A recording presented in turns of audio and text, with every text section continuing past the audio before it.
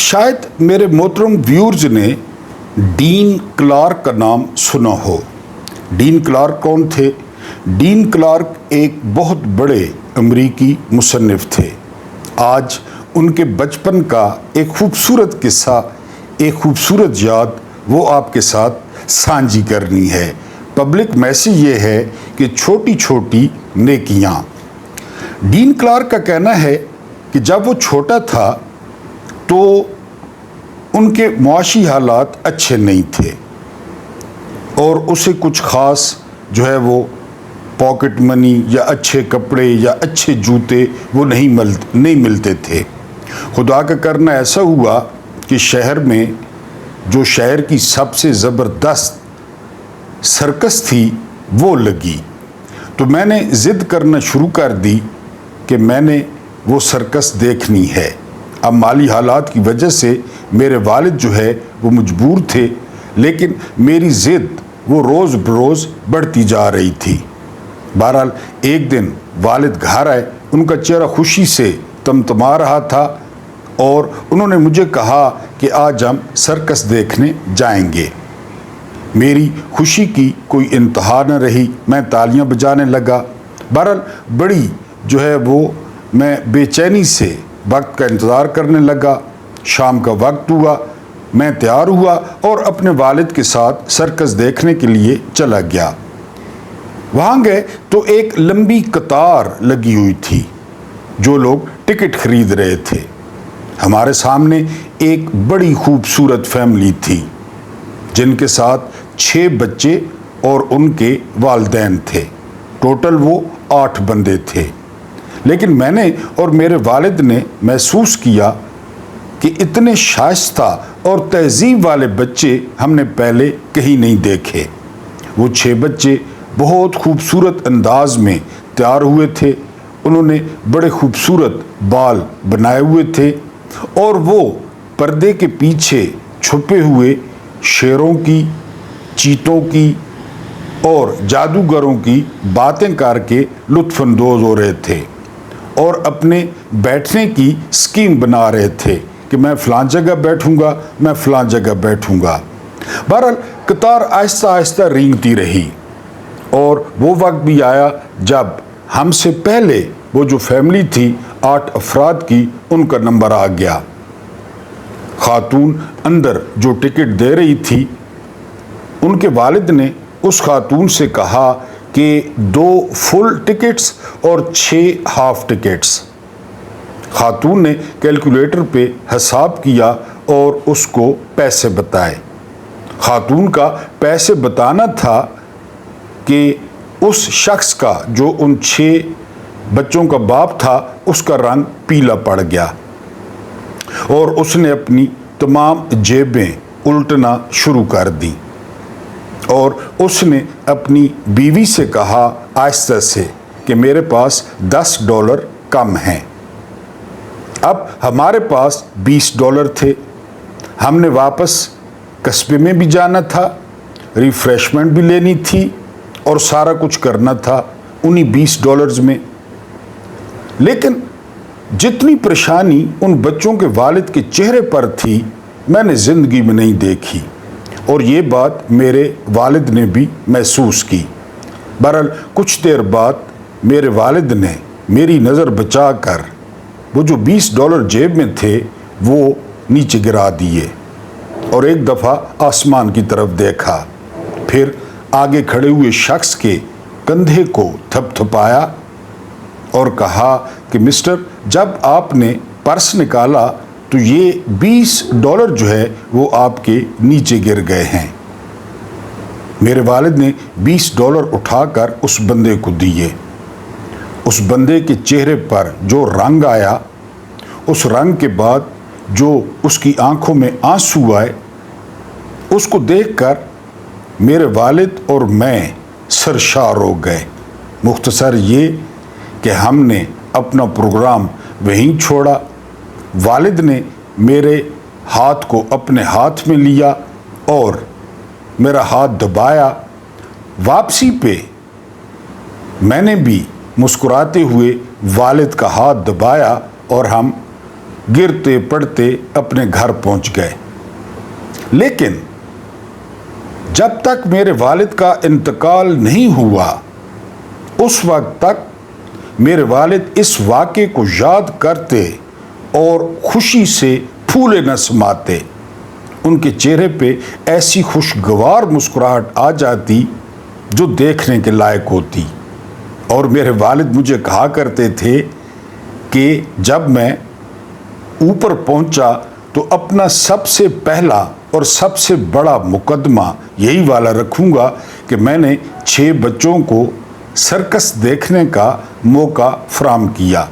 मेरे वालिद ज़िंदगी से गुज़र गए, मैं बूढ़ा हो चला, लेकिन वो 6 बच्चे, उन 6 बच्चों की स्कर्ट पहनी हुई माँ, उन 6 बच्चों का बाप, उन 6 बच्चों के बाप का रंग जब फक हुआ और जब उनकी आंखों में आंसू आए और जब हम वापस पलटे और जब हमने $20 उसके हाथ में दिए, फिर जो रंग उनके चेहरे पे आया और बच्चों के चेहरों पे जो रंग आया, उसको मैं आज तक एंजॉय करता हूँ। और मैं अपने वालिद की तरह मरते दम तक इस वाक़े को एंजॉय करूँगा। टॉपिक था छोटी छोटी नेकियां। ज़रूरी नहीं है आप मस्जिद बनवाएं, ज़रूरी नहीं है आप मंदिर बनवाएं, ज़रूरी नहीं है आप जो है वो करोड़ रुपया डोनेट करें। पूरा पाकिस्तान बल्कि आधा पाकिस्तान सैलाब में डूबा हुआ है।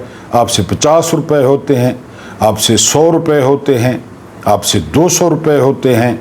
आप किसी न किसी तरीके से वहाँ पे पहुँचाएँ, क्योंकि वहाँ पे जो हालात हैं वो बहुत माड़े हैं। बिस्मिल्लाहिर्रहमानिर्रहीम।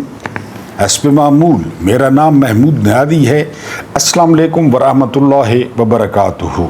बुध के दिन का दूसरा वीलॉग, कुछ ताज़ा तरीन ख़बरें, फिर आपको फ्रेश भी करना पड़ता है क्योंकि आप थके हुए होते हैं, थक जाते हैं। ज़िंदगी बड़ी मुश्किल है, रोज़ी रोटी और ख़ासकर हलाल की वो बड़ी मुश्किल है। तो मेरी कोशिश होती है कि जिस तरह ये डीन क्लार्क मुतमिन हुआ, इसके वालिद मुतमिन हुए, तो आपको भी थोड़ा सा हल्का फुल्का कर दिया जाए। अगर हम नज़र दौड़ाएं ख़बरों पे, तो सबसे पहली खबर ये है कि आज अडयाला जेल के बाहर बैरिस्टर गौहर, ये चेयरमैन हैं पाकिस्तान तहरीक इंसाफ के, और ये उस सियासी पार्टी के चेयरमैन हैं जो इस वक्त दुनिया में तकरीबन 5वें या 6ठे नंबर की बड़ी पार्टी है। और बैरिस्टर साहब ने चवल क्या मारी है, बैरिस्टर साहब ने माफ़ी मांग ली है तैयब बलोच से, हालांकि कतई तौर पे माफ़ी नहीं बनती थी।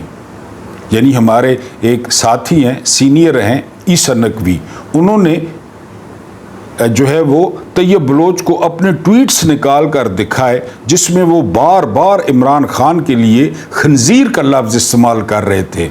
और ईसा नकवी ने कहा कि ये कोई सहाफ़ी लिखता है किसी बड़ी सियासी पार्टी के बारे में, उसके सरबराह के बारे में, उस एक साबिक वज़ीर आज़म के बारे में ये अल्फाज इस्तेमाल करता है। बहरहाल बैरिस्टर गौहर आपको पता है होम्योपैथिक हैं, इनको दवाइयाँ भी होम्योपैथिक पसंद आएंगी।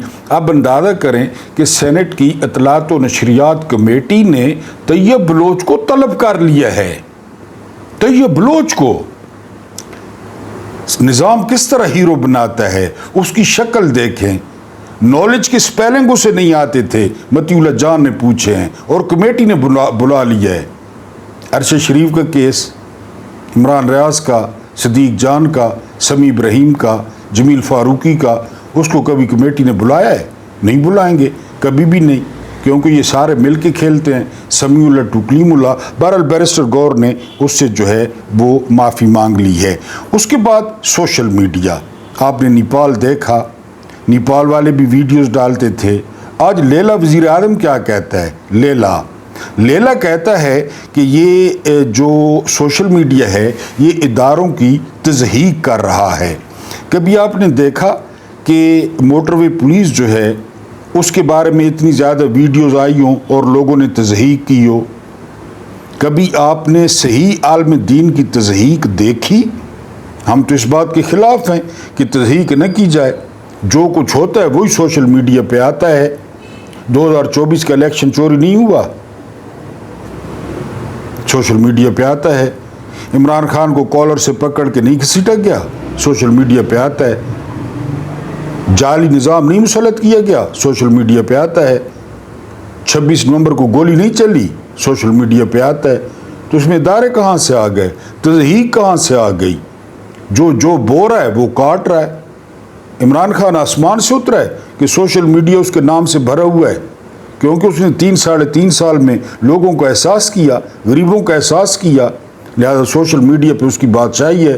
आप तवे पे बैठ जाएं, आप तंदूर में घुस जाएं, आप ले हैं। बहरहाल ये उन्होंने फरमाया है। उसके बाद जो अगली खबर है वो ये कि 2 रुकनी, ये अच्छी खबर है, डॉक्टर्स ने वो बुशरा बीबी का मुआयना किया है आज।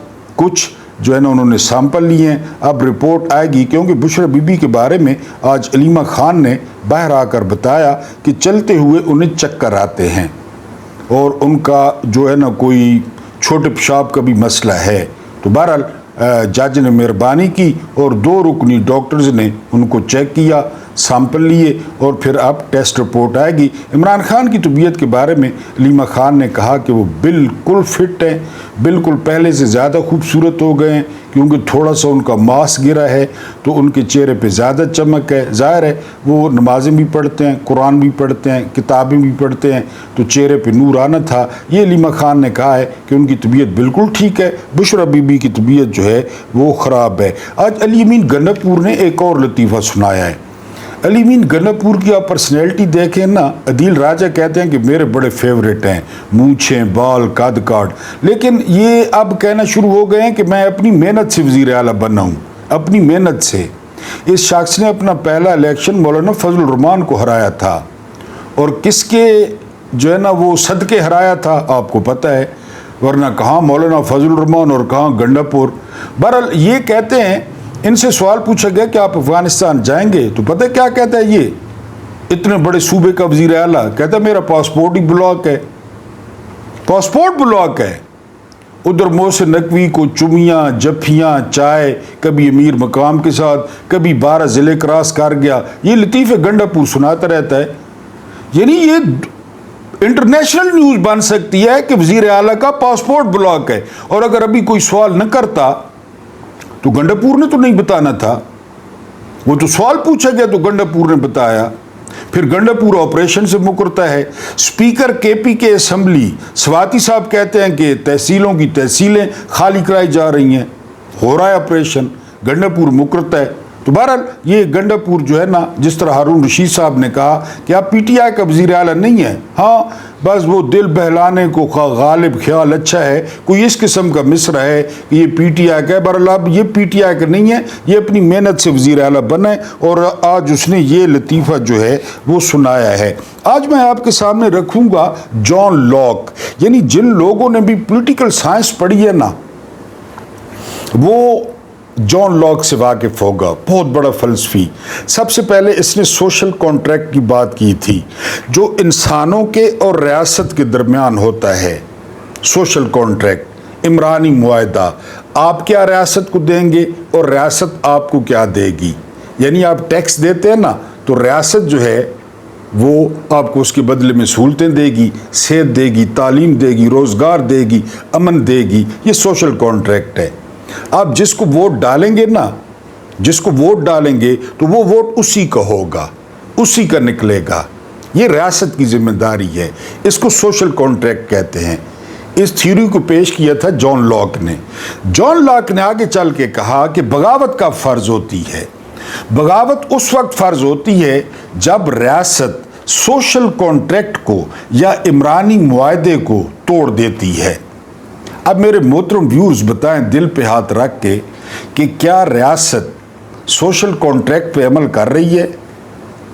क्या रियासत उस इमरानी मुआहदे पे अमल कर रही है जिसका हमारा और उनके दरमियान मुआहदा है, जिसके तहत वो रियासतें और हम अवाम हैं?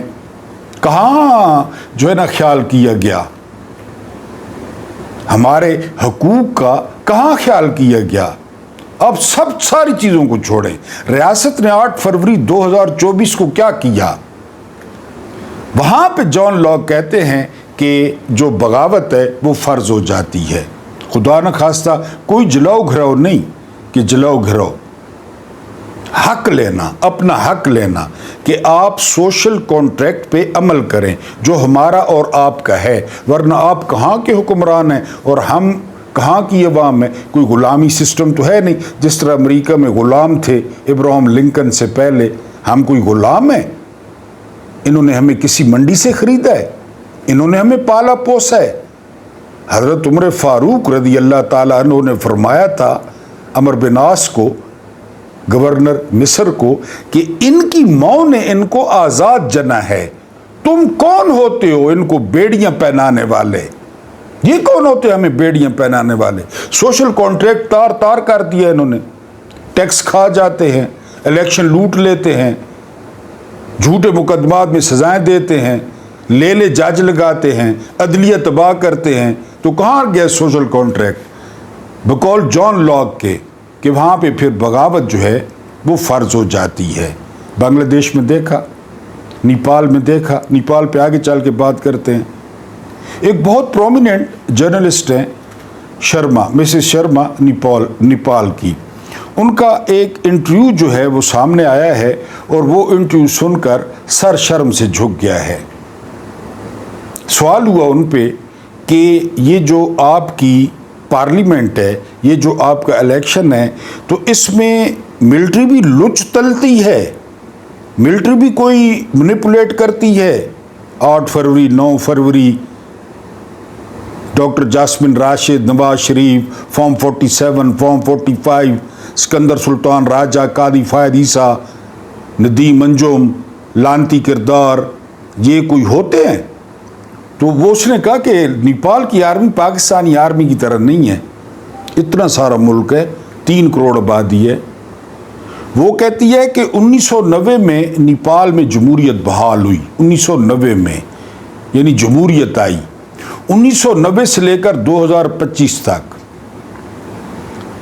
किसी पार्लियामेंट ने अपनी मुद्दत पूरी नहीं की, लेकिन खुद मरो, लड़ो, असेंबली तोड़ो, नहीं, खुद आर्मी का कोई ताल्लुक नहीं है।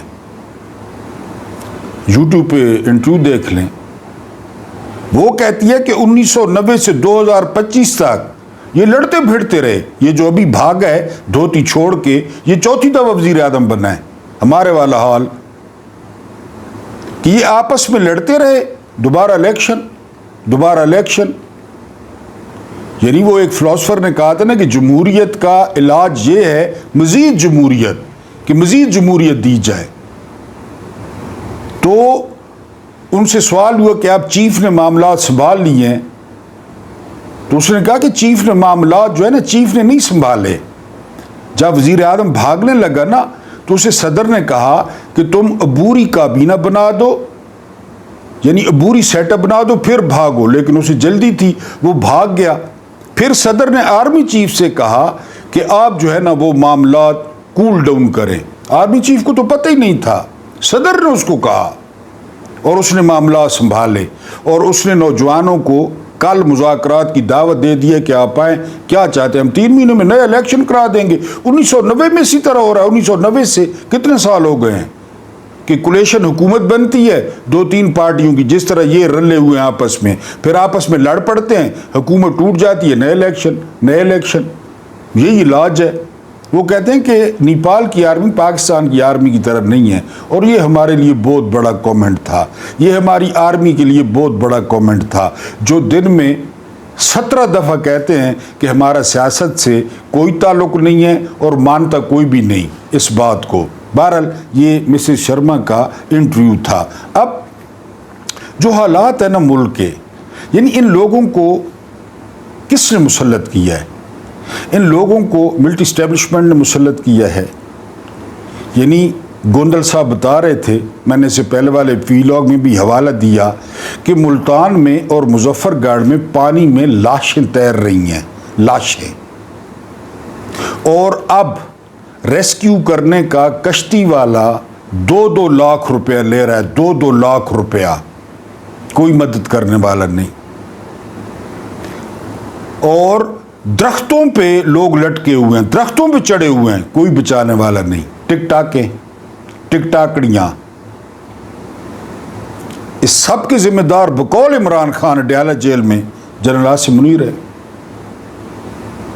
یہ آپ کو بتایا اس سے پہلے کہ روز کا کتنا قرضہ لیا جا رہا ہے، 85 کھرب قرضہ ہو گیا ہے، اور یہ لوٹے جا رہے ہیں، اور ملٹری اسٹیبلشمنٹ کو سمجھ نہیں آ رہی، کیونکہ جو جہان کا ذہنی مریض تھا، جو کرپٹ تھا، جو لچا تھا، پکڑ پکڑ کے وہ بٹھایا۔ وہ 54 ارب روپے کی ایک سڑک تعمیر ہوئی کراچی میں، طارق متین صاحب بتا رہے تھے، اس کی مشہوری پہ، اشتہارات پہ اربوں روپے لگا دیا۔ وہ پہلی بارش ہوئی، آدھا روڈ گیا، شاہراہ بھٹو کی طرح وہ بھٹو کے پاس گئی، 54 ارب روپیہ۔ تو اسی لیے سہیل وڑائچ نے لکھا ہے کہ ناجائز بوجھ۔ اب سمجھ نہیں آ رہی جرنیلوں کو، ان کو لے تو آئے، ان کو کریں کدھر؟ پہلی پریشانی۔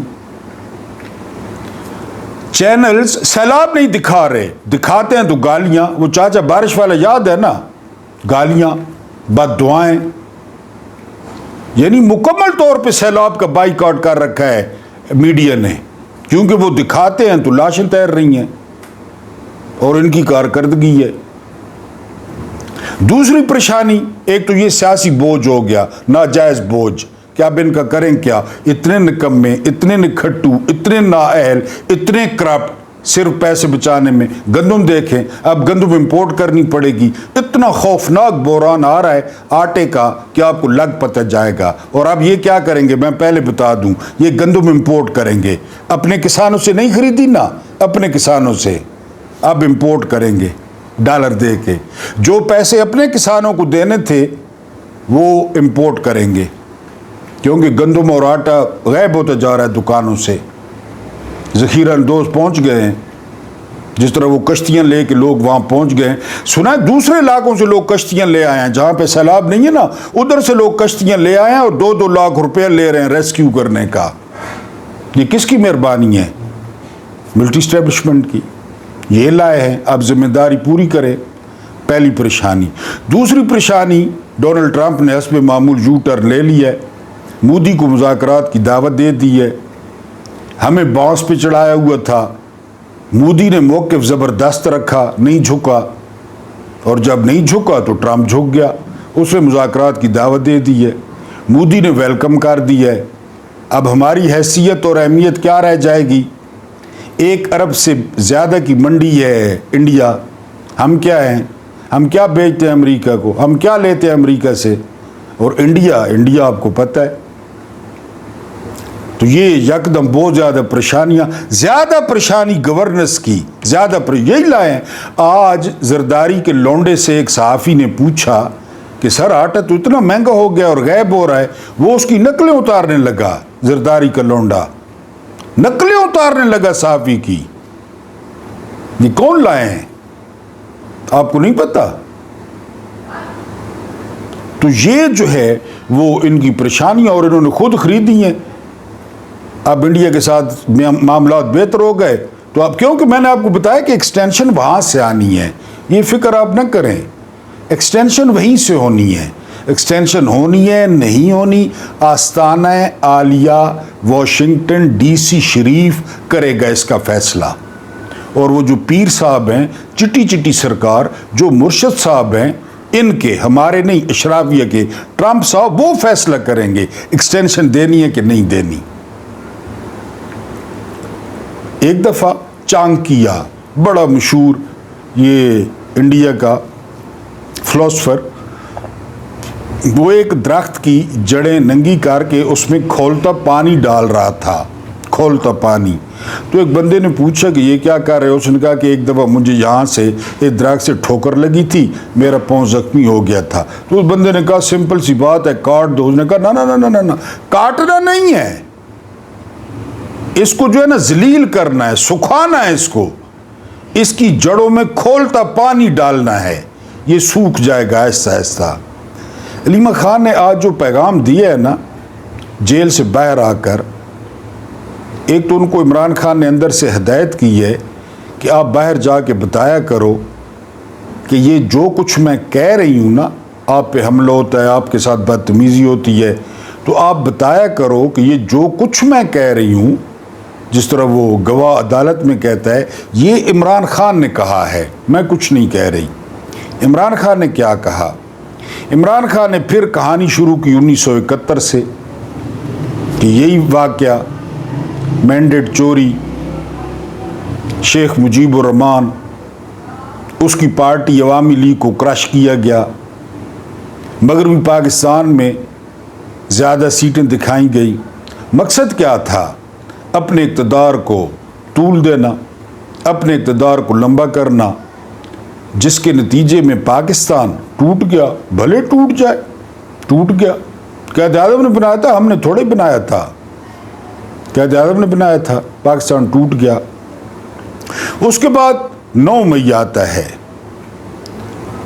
9 مئی میں صبح گرفتار کیا جاتا ہے مجھے، اس کی فوٹیجز جاری کی جاتی ہیں، لوگوں میں اشتعال پیدا کیا جاتا ہے، اور اسی شام سی سی ٹی وی فوٹیج غائب کر کے 10,000 افراد گرفتار کر لیتے ہیں۔ لسٹیں پہلے بنی ہوئی تھی، پورا پہلے پلان تھا سارا کچھ، بقول عمران خان کے کہ سارا کچھ پہلے پلان تھا۔ 10,000 بندہ گرفتار ہو گیا، سی سی ٹی وی فوٹیج غائب ہو گئی۔ پھر وہ آتے ہیں حمود الرحمان کمیشن رپورٹ پہ کہ سپریم کورٹ کے chief justice, Punjab high court کے چیف جسٹس اور سندھ ہائی کورٹ کے چیف جسٹس، انہوں نے سینکڑوں لوگوں کے انٹرویوز کیے، ان کو آرمی، نیوی اور ایئر فورس کے لوگوں نے اسسٹ کیا، انہوں نے سارا کچھ، سارا کچا چھٹا بیان کیا، اور جو انہوں نے جوس نکالا وہ جوس یہ نکالا کہ یحییٰ خان ذمہ دار ہے، یہ اقتدار کو طول دینا چاہتا تھا۔ پھر اس کے ساتھ ہی ملتی جلتی خبر کہ عمران خان نے سینٹ کی جتنی بھی اسٹینڈنگ کمیٹیاں تھیں ان سے بھی استعفیٰ دینے کا کہہ دیا کہ جتنے سینیٹر ہیں، آج ایک اور سیٹ پہ ڈاکہ پڑا، رانا سنولا سینیٹر بن گیا چودھری اعجاز کی سیٹ پہ، تو عمران خان نے کہا کہ سینٹ کی بھی ساری کمیٹیوں سے جو ہے وہ استعفیٰ دے دیں، جس طرح قومی اسمبلی کی سیٹوں سے دیا۔ اس کے بعد انہوں نے ذکر کیا افغانستان کا، لیکن آپ لوگ بور ہو رہے ہیں اور آپ لوگ دل میں گالیاں دے رہے ہیں۔ اللہ پاک آپ کو آسانیاں عطا فرمائے، آسانیاں بانٹنے کی توفیق عطا فرمائے۔ میرا رب کریم آپ کے اور میرے مرحومین کی مغفرت فرمائے، ان کے ساتھ عدل کا نہیں رحم کا اور احسان کا معاملہ فرمائے۔ مجھے برداشت کرنے کا بہت بہت شکریہ۔